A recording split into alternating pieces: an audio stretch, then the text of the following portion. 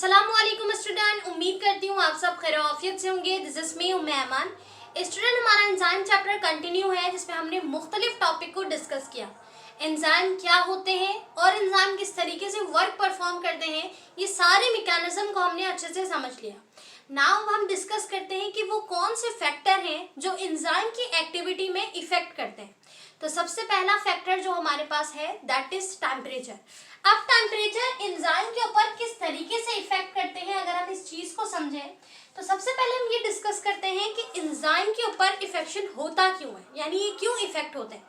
जैसे कि हमने पहले डिस्कस किया था कि एंजाइम प्रोटीन इन नेचर होते हैं, फिर एंजाइम का एक ग्लोब्यूलर स्ट्रक्चर भी है, लेकिन साथ ही हमने उसके कैरेक्टर में ये भी डिस्कस किया था कि एंजाइम पीएच और टेम्परेचर सेंसिटिव है, विच मीन्स कि इस तरीके के जो टेम्परेचर और पीएच होंगे ये एंजाइम के ऊपर इफेक्ट करेंगे। और साथ हमने ये भी डिस्कस किया था कि जब एंजाइम वर्क करते हैं तो वो अकेले वर्क नहीं करते हैं बल्कि सबस्ट्रेट के साथ वर्क करते हैं। तो सबस्ट्रेट और एंजाइम दोनों की मौजूदगी इक्वल होना भी जरूरी है। तो यहाँ पर हमारे पास उस इफेक्ट में कुछ इफेक्ट एंजाइम कंसंट्रेशन और सबस्ट्रेट कंसंट्रेशन भी है। तो इन सारे फैक्टर को हम एक एक करके अच्छे से कॉन्सेप्चुअली समझते हैं। तो सबसे पहले अगर हम टेम्परेचर को अच्छे से इंडिविजुअल समझें तो आपकी बुक के अकॉर्डिंग टेम्परेचर इफेक्ट करता है एंजाइम एक्टिविटी में विद एन ऑप्टिमम टेम्परेचर, यानी कि अपने ऑप्टिमम टेम्परेचर से जब वो एंजाइम क्या हो जाता है, इंक्रीज हो जाता है, यानी ऑप्टिमम टेम्परेचर से बढ़ने लगता है टेम्परेचर, तो वो क्या करता है, इफेक्टिवली इफेक्ट कर रहा होता है। वैसे तो नॉर्मली ऑप्टिमम टेम्परेचर में सही चल रहा होता है, लेकिन जैसे जैसे इंक्रीज होने लगता है तो फिर एंजाइम को इफेक्ट करता है। सही। अब हम पहले ये समझते हैं कि ऑप्टिमम टेम्परेचर है क्या। हमें ऑप्टिमम टेम्परेचर के बाद जिक्र किया गया है कि 100 सेंटीग्रेड से बढ़ेगा तो इफेक्ट करेगा। किस तरीके से इफेक्ट करेगा, कब इफेक्ट करेगा, इससे पहले अगर हम ऑप्टिमम टेम्परेचर को डिस्कस करें स्टूडेंट, तो लेट कंसीडर हम इसे ग्राफ से समझते हैं कि हमारे पास ये ग्राफ है। अब इस ग्राफ में हमारे पास यहाँ पर आ गया हमारा टेम्परेचर और हमारे पास इधर आ गया रेट ऑफ रिएक्शन। ठीक है, ये हमारे पास है स्टूडेंट रेट ऑफ रिएक्शन और ये हमारे पास टेम्परेचर। अब ये रेट ऑफ रिएक्शन जब बढ़ेगा, जैसे जैसे एंजाइम को हीट मिलेगी तो हीट मिलने की वजह कर, जब हीट इंक्रीज होगी तो हीट मिलने की वजह कर एंजाइम के अंदर एक मॉलिक्यूलर मोशन जो है वो इंक्रीज हो जाएगा। जब वो मॉलिक्यूलर मोशन इंक्रीज होगा तो इस तरीके से एंजाइम के ऊपर इफेक्ट होना शुरू होगा। अब लेट कंसीडर हमारे पास अगर हम यहाँ नंबरिंग करें, लेट सपोज ये 10 है, 20 है, 30 है, 40, 50, 60, अब इस तरीके से सो ऑन आगे हमारा ग्राफ है। सही। अब क्या होता है, जैसे जैसे एंजाइम वर्क परफॉर्म करते हैं तो यहाँ पर हमारे पास स्टूडेंट टेम्परेचर इंक्रीज होने लगता है। जब टेम्परेचर इंक्रीज होता है तो लेट सपोज आपके पास टेम्परेचर इंक्रीज होते होते यहाँ पहुंच गया, तो ये हमारे पास हमें जो एक मिनिमम टेम्परेचर मिला है अराउंड 37, 36 के, तो ये जो मिनिमम टेम्परेचर मिला है हमारे पास, वही मिनिमम टेम्परेचर हमारा ऑप्टिमम टेम्परेचर कहलाता है। ठीक है, जैसे ह्यूमन बॉडी का मिनिमम टेम्परेचर यानी ऑप्टिमम टेम्परेचर क्या है, 37 सेंटीग्रेड। ठीक है, 37 सेंटीग्रेड में एक ह्यूमन बॉडी की जो होती है वो पूरी नॉर्मली वर्क कर रही होती है, लेकिन ज्यादा टेम्परेचर बढ़ाएंगे तो इफेक्ट करेगी, टेम्परेचर कम करेंगे तो भी इफेक्ट करेगी। बिल्कुल इसी तरह एंजाइम के ऊपर जो एक ऑप्टिमम हमारे पास टेम्परेचर है या मिनिमम टेम्परेचर है, उससे ज्यादा टेम्परेचर इंक्रीज होगा तो फिर ऐसे नतीजे पे एंजाइम इफेक्ट होगा। अब एंजाइम इफेक्ट किस तरीके से होगा, यहाँ पे हमारे पास लिखा है कि एंजाइम हायर ऑर्गेनिज्म, जो हमारे पास बेसिकली जो ऑर्गेनिज्म होते हैं जो हायर टेम्परेचर को बर्दाश्त करते हैं, इस तरीके से एंजाइम नहीं है। जो हमारा ऑप्टिमम टेम्परेचर है बिटवीन 25 सेंटीग्रेड टू 42 सेंटीग्रेड, यानी एंजाइम 25 सेंटीग्रेड से 42 सेंटीग्रेड के अराउंड उसका ऑप्टिमम टेम्परेचर होता है, जैसे एक ह्यूमन बॉडी का 37 होता है। ठीक है, अब ह्यूमन एंजाइम जो है या हमारे पास जो ह्यूमन बॉडी के अंदर जो एंजाइम्स हैं उनका जो ऑप्टिमम टेम्परेचर है वो यहाँ लिखा है 37 और वो डी नेचर हो जाते हैं 100 सेंटीग्रेड में। अब ये डी नेचर क्या है, जब यहाँ पर हमारे पास एंजाइम्स की जो टेम्परेचर है वो बढ़ने लगेगा और मिनिमम से एक्सपेंड होगा, मिनिमम टेम्परेचर यानी ऑप्टिमम टेम्परेचर से बढ़ेगा, तो ऐसे पे हमारे पास क्या होगा, एंजाइम डी नेचर होना शुरू हो जाएंगे। डी नेचर का क्या मुराद, डी नेचर से मुराद है एंजाइम का जो टेम्परेचर है स्टूडेंट, वो लो भी हो सकता है और इंक्रीज भी हो सकता है।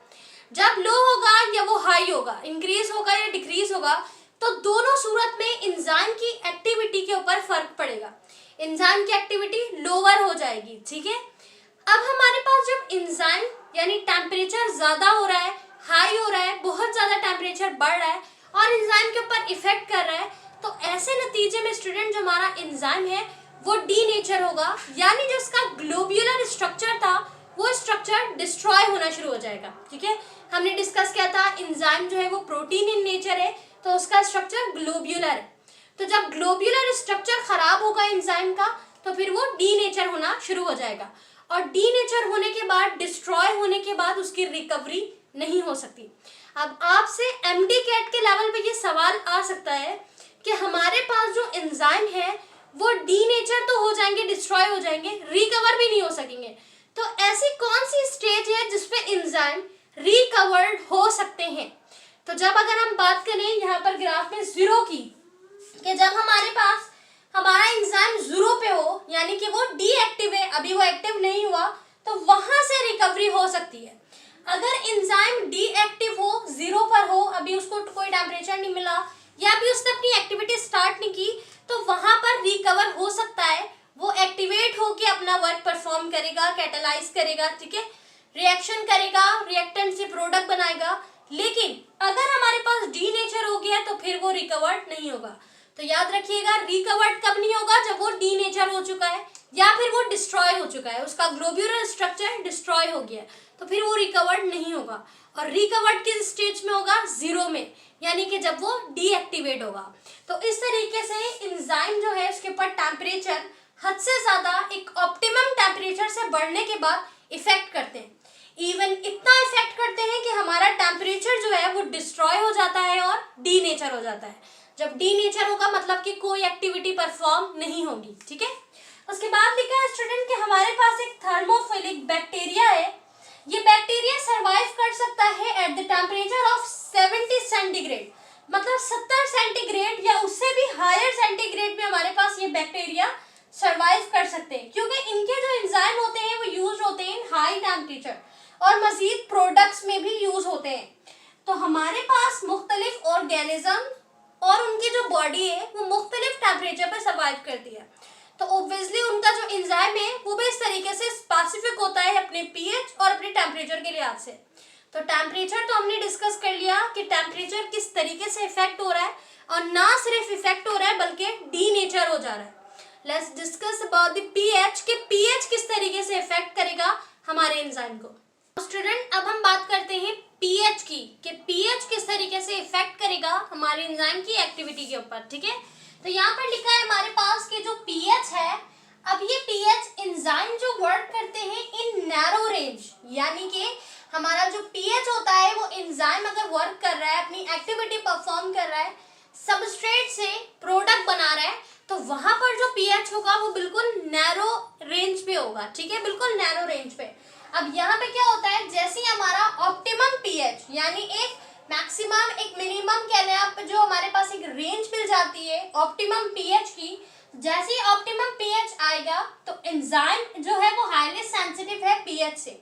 एंजाइम हमने पहले डिस्कस कर लिया क्योंकि वो प्रोटीन इन नेचर है और वो सेंसिटिव है हमारे पास पीएच से, तो जब उसे एक ऑप्टिमम रेंज मिलेगी यानी कि डायरेक्ट नैरो से ऑप्टिमम टेम्परेचर ऑप्टिमम पीएच के ऊपर जब वो आ जाएगा एंजाइम, तो इस तरीके से एंजाइम का जो इन्फ्लुएंस है वो चेंज करेगा इमाइनो एसिड की चेन को।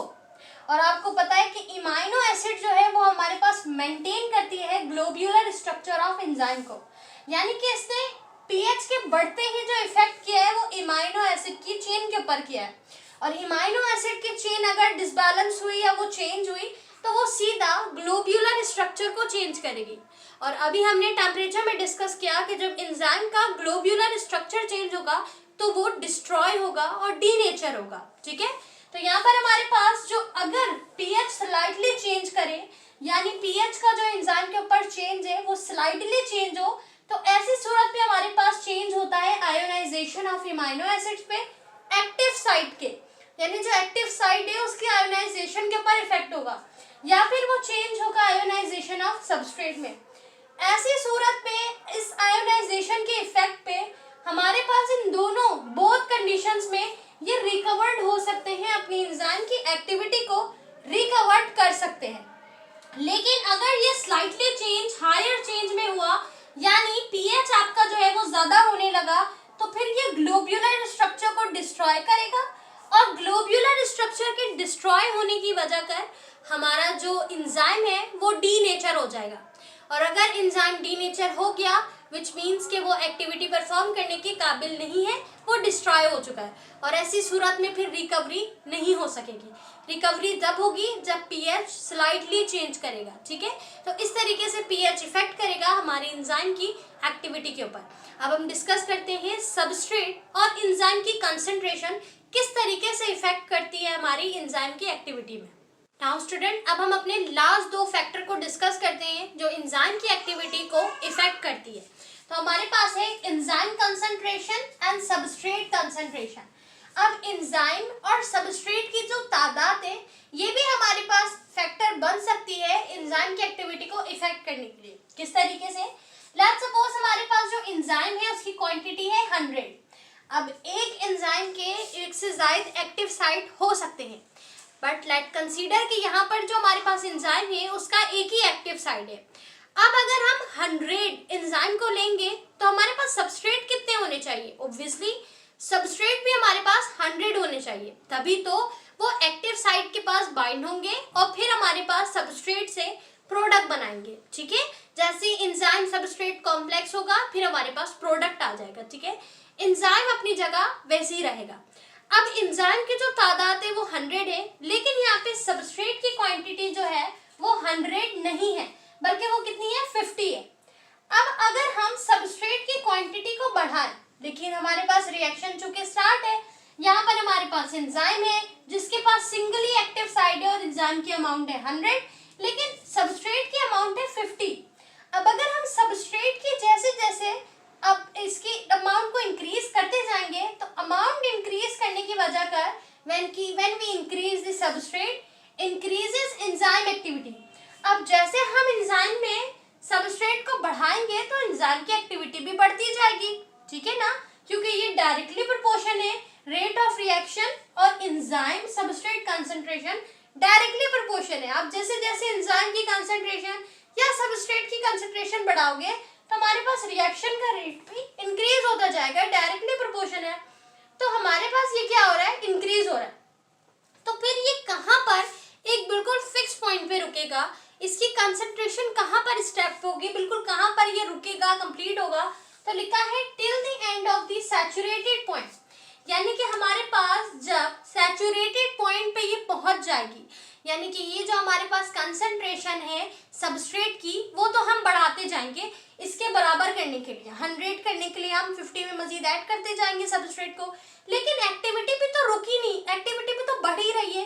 तो जब ये एक सैचुरेटेड पॉइंट पर पहुंचेगा, एक्टिव साइट के सैचुरेटेड पॉइंट पे, फिर वहां पर ये इफेक्ट करना बंद कर देगी और वहां पर इस तरह क्या होगा? इफेक्ट नहीं होगा। वहां पर हमारे पास क्या होगा? रिएक्शन डायरेक्टली प्रोपोर्शन है चूंकि बढ़ रहा है, लेकिन जैसे ही उसको सैचुरेटेड पॉइंट मिलेगा तो वो सिंपली क्या हो जाएगा? एक्विलिब्रियम पॉइंट में आ जाएगा, बिल्कुल बैलेंस पॉइंट में आ जाएगा, जहाँ पे सबस्ट्रेट और एंजाइम की कंसंट्रेशन बराबर होगी, ठीक है। अब यहाँ पे हम इसी को अगर अपोजिट देखें, यानी कि हमारे पास सबस्ट्रेट जो है वो 100 है, एंजाइम जो है वो 50 है। अब हम यहाँ क्या बढ़ाएंगे? एंजाइम को बढ़ाएंगे। तो जैसे जैसे एंजाइम को बढ़ाएंगे हमारी सबस्ट्रेट जो है वो क्या होगी? इंक्रीज होगी, और इसकी वजह कर एंजाइम की जो एक्टिविटी है वो इंक्रीज होगी, यानी कि when we increase enzyme rate of activity increase. अब ऐसा नहीं है कि यहाँ पे सबस्ट्रेट के बढ़ाने पे सिर्फ एक्टिविटी बढ़ रही थी, सबस्ट्रेट हमारे पास अगर 100 है और एंजाइम हम बढ़ा रहे तो भी हमारे पास क्या होगा? रेट ऑफ एक्टिविटी बढ़ेगी, क्योंकि डायरेक्टली प्रोपोर्शन है। तो जैसे जैसे बढ़ेगी तो ये कब स्टॉप होगी या कब एक हमें पॉइंट मिलेगा? सैचुरेशन के दौरान। जब ये सैचुरेटेड पॉइंट पर आ जाएगी तो हमें एक इक्विलिब्रियम पॉइंट मिल जाएगा। जब एक इक्विलिब्रियम पॉइंट मिल जाएगा स्टूडेंट, तो फिर वहां पर ये इफेक्ट नहीं करेगी। तो ये जो इफेक्शन है यानी कि किस तरीके से फैक्टर इफेक्ट कर रहा है एंजाइम की एक्टिविटी पे, तो ये डायरेक्टली इफेक्ट कर रहा है यानी कि कंसंट्रेशन के बढ़ाने पर इफेक्ट कर रहा है। ठीक है, तो हमारे पास जैसे जैसे हम रेट ऑफ एंजाइम कैटालाइज जो है, इसमें यहाँ पर हमारे पास एक ग्राफ में हम सबस्ट्रेट को प्लॉट करेंगे, तो जैसे जैसे बढ़ता जाएगा तो सैचुरेशन जब आएगी एक्टिव साइट की, तो उस पॉइंट पे ये एक बैलेंस पॉइंट पे, एक इक्विलिब्रियम पॉइंट में आ जाएगा। ठीक है, तो इस तरीके से इसकी जो कंसंट्रेशन है वो इफेक्ट कर रही है, क्योंकि एक्टिविटी पे तो इफेक्ट हो रहा है, एक्टिविटी कम थी, लो थी, बढ़ रही है, एक असर तो आ रहा है, तो वो असर किस वजह कर आ रहा है, इसकी कंसंट्रेशन की वजह कर आ रहा है। ठीक है, तो ये आपके पास एग्जाम पॉइंट ऑफ व्यू से क्वेश्चन किस तरीके से आएगा, एग्जाम पॉइंट ऑफ व्यू से आपसे सिंगली पूछा जाएगा कि हमारे पास पीएच जो है, रीजनिंग क्वेश्चन में, पास्ट पेपर में रीजनिंग क्वेश्चन में आपसे पीएच का पूछा गया है कि पीएच किस तरीके से जो है फैक्टर इफेक्ट करता है एंजाइम की एक्टिविटी में। मे बी पॉसिबल इस तरह आपसे टेम्परेचर का पूछ लिया जाए, एंजाइम और सबस्ट्रेट की कंसंट्रेशन का पूछ लिया जाए, इनके डिफरेंस का पूछ लिया जाए, या पूरा आपसे लॉन्ग में पूछ लिया जाए। ठीक है, तो हमारी जो है वो बुक में एडिड है, हमारे टॉपिक में एडिड है, तो हम एग्जाम पॉइंट ऑफ व्यू से हर तरीके से तैयारी करेंगे। ठीक है, वेल यहाँ पर हमारे पास इफेक्टेड तो मुकम्मल हो गए। अब हम डिस्कस करते हैं इनहिबिशन ऑफ एंजाइम को, कि एंजाइम किस तरीके से अपनी एक्टिविटी को रोकते भी हैं, क्योंकि एंजाइम की एक टाइम पे एक्टिविटी जो है वो स्टॉप हो जाती है, यानी वो एबल नहीं होती कि वो प्रोडक्ट को बनाए।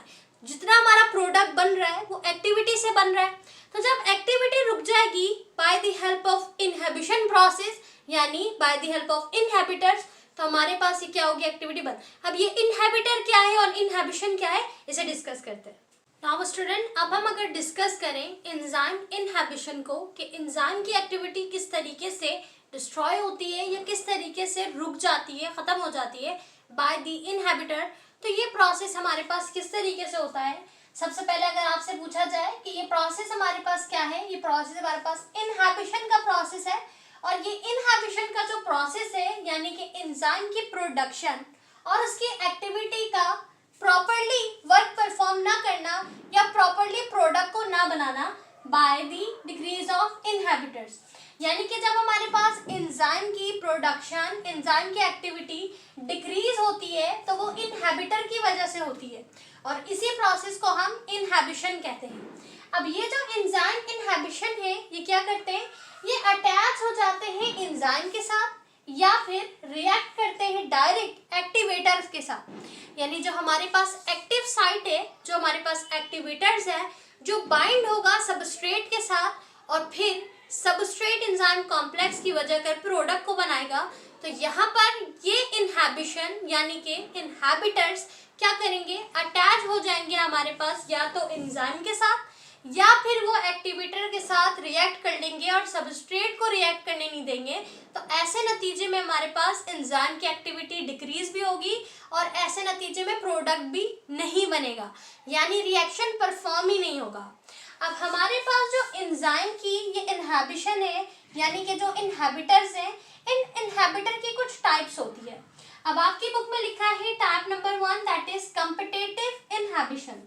कॉम्पिटिटिव इनहिबिशन विच मीन्स कि हमारे पास जब किसी सबस्ट्रेट की जगह, जो ओरिजिनल सबस्ट्रेट था उसकी जगह हमारे पास कोई इनहिबिटर एंजाइम के साथ अटैच हो जाए तो वो क्या करते हैं, डिक्रीज कर देते हैं इसकी प्रोडक्शन को, एक्टिविटी को, या फिर समटाइम्स रिएक्शन परफॉर्म होने नहीं देते।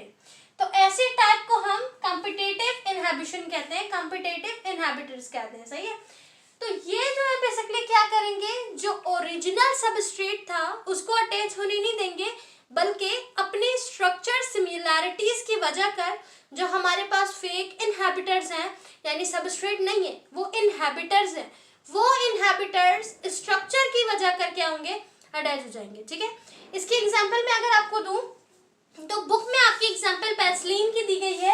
अब ये जो पेनिसिल है, ये पेनिसिलिन क्या है, ये हमारे पास पेनिसिलिन जो बैक्टीरियल है। अब इस बैक्टीरियल पे जो हमारे पास जब इन्फेक्शन होगा बैक्टीरियल, या फिर इस बैक्टीरियल एंजाइम की एक्टिविटी को हमें इनहिबिट करना पड़ेगा, इनहिबिटेट करना पड़ेगा, तो फिर हम पेनिसिलिन देते हैं ताकि वो बैक्टीरियल सेल वॉल को क्या करे, इफेक्ट करे। ठीक है, तो बुक में तो एग्जाम्पल आपके पास ये दी गई है। फॉर एग्जाम्पल इसे सिर्फ समझाने के लिए अगर हम एग्जाम्पल कंसिडर करें तो ये हमारे पास मार्कर है और ये इसका कैप है, राइट। अब ये कैप इसके साथ अटैच हो गया, अब ये इसी का कैप है। सपोज हमारे पास अगर मैं ऑल्टरनेट कलर पे लगाऊं, यानी ब्लू पे मैंने ब्लैक कैप लगा दिया, ठीक है, और हमारे पास इसके ऊपर ये कैप लगा दिया। अब ये कैप अपने स्ट्रक्चर की वजह कर इन दोनों के साथ अटैच तो हो गया, लेकिन क्या ये इसी का है? इसका तो नहीं है। तो इस तरीके से जब प्रॉपर हमारे पास एंजाइम को उसका प्रॉपर सबस्ट्रेट मिलेगा तभी तो वो प्रोडक्ट बनाएगा। जब उसका प्रॉपर सबस्ट्रेट नहीं मिलेगा, इनहिबिटर आके लग जाएंगे, तो फिर ऐसे नतीजे में हमें प्रोडक्ट नहीं मिलेगा, ठीक है। या तो जो वो डिक्रीज कर देगा अपनी प्रोडक्शन या एक्टिविटी को, या फिर वो प्रोडक्ट बनाएगा ही नहीं, यानी रिएक्शन या एक्टिविटी करेगा ही नहीं, ठीक है। तो फिर क्या करते हैं, हमारे पास इनहिबिटर आके अटैच हो जाते हैं। ऐसी टाइप को हम कंपैटिटिव इनहिबिशन कहते हैं या कॉम्पिटेटिव इनहिबिटर्स कहते हैं, ठीक है। उसके बाद अगर हम किसी दूसरी टाइप की बात करें इसकी, तो सेकंड टाइप हमारे पास लिखे हैं नॉन कॉम्पिटेटिव। नॉन कॉम्पिटेटिव में क्या होता है कि हमारे पास ये स्ट्रक्चर जो है वो इतने सिमिलर नहीं होते कि वो आके सबस्ट्रेट की जगह पे अटैच हो जाए, लेकिन वो क्या करते हैं, वो किसी दूसरी साइड पर, एंजाइम के दूसरी साइड पर अटैच हो जाते हैं।